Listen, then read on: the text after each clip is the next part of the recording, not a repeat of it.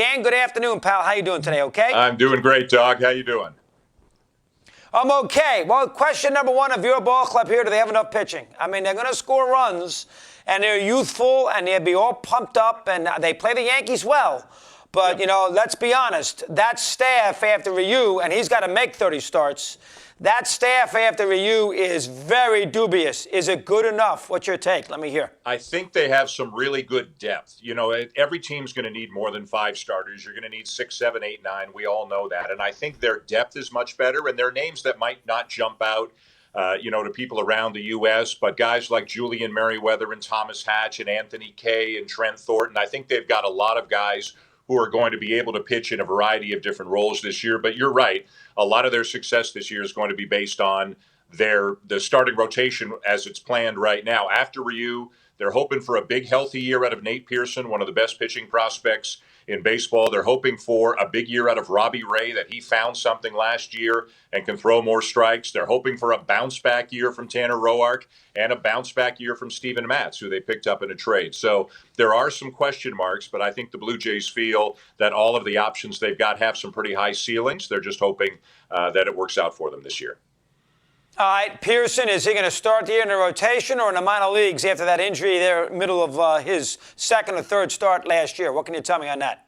I believe he starts in the major leagues. The official company line is he's competing for a spot in the starting rotation. But I would be assuming he's healthy and has a decent spring, I would be very surprised if he doesn't start in the rotation. Now, whether he starts the second game or the fourth game, to me, that doesn't matter very much.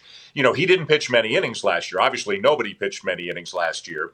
But he only pitched, I think, 18 innings all of last season because he had an elbow thing. And I think they want to be careful with him. I don't believe they're going to let him throw 180 innings, even if he's good enough to throw 180 innings. So I think they'll be a little bit cautious with him, maybe give him a rest here and there, skip him here and there, limit the innings here and there. But he is very, very much in their plans to be a big part of the starting rotation this season. Is Guerrero, he lost 40-something pounds. Is he going to be happy stationed at first base? Doesn't sound like they want him at third, so he's going to be a first baseman. Is he okay with that? What can you tell me on that? As of now, he will primarily be a first baseman. He will DH sometimes, but I think they're going to let him play a little bit of third if it goes okay. And we'll find out in the next 4 weeks how it's going. He's going to play some third in the spring, and they want him to play, I think, they want him to play a little bit of third during the season, Dog, because then it frees up the DH spot. If he's at first, they've got Rowdy Tellez over there as well, and those two guys could wind up splitting first and DH a lot, but they've also got 4 outfielders, Lourdes Gurriel Jr., Randall Grichuk, Teoscar Hernandez, who won a Silver Slugger, and, of course, George Springer. So they'd like the DH spot available to kind of cycle the outfielders through it as well. So every day they get Vladdy over to third gives them a little bit more flexibility. And then they've got Kevin Biggio, who's going to play a lot of third base, but Biggio willingly can play anywhere and probably will wind up playing some other positions as well. So they've kind of got 10 guys for 9 spots, but as you and I both know, these things have a way of working themselves out. They sure do. All right, let's put the expectation label on them. You know, they're not going to be the fuzzy, fun little team. You know, now people are going to expect them to do some things. Got a lot of young players who, sort of, are carefree, which you like. But with expectation, you have a 4-game losing streak. People are going to pay attention to it. And if you're, an average team, they don't care. So now they're expected to do something. And if they struggle at times, you wonder. Now, that's where Springer comes in to keep them even keeled. But I do sometimes wonder, Danny, about these expectation clubs for teams that don't have a lot of winning culture with their young players. What's your take on that? Let me hear.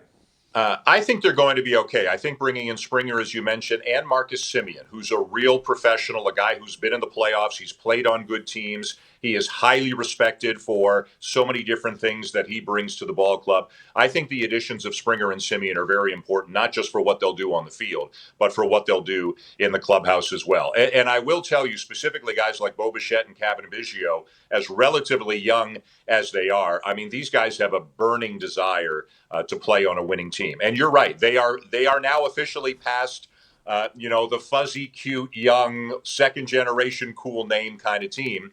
It's time for them to be a legitimate contender. Now, there were 8 teams in the playoffs last year. As of now, there are only going to be 5 this year. So it's a tougher road to get to the playoffs. But in my mind, they're good enough definitely to compete. Even if they can't hang with the Yankees, I think they're right there with the Rays as the second best team in the division and competing for one of the two wild card spots. Listen, I would think so. I'm with you on that. Now, I am a little worried about their nomadic scenario. I did have Shapiro on Friday, and he indicated that Buffalo is going to be an option because of the fact that they want to get out of the bad weather in Florida once it gets hot. And, it sounds like the Rogers Center is not going to really be available based on the Toronto mayor into July 1st. That could change, but it seems like they're going to be in Dunedin early, maybe Buffalo for a month, and then in Toronto. It's 3 home parks, Dan, for a young team, a lot of bouncing around. Let me get your sense on that. Go ahead.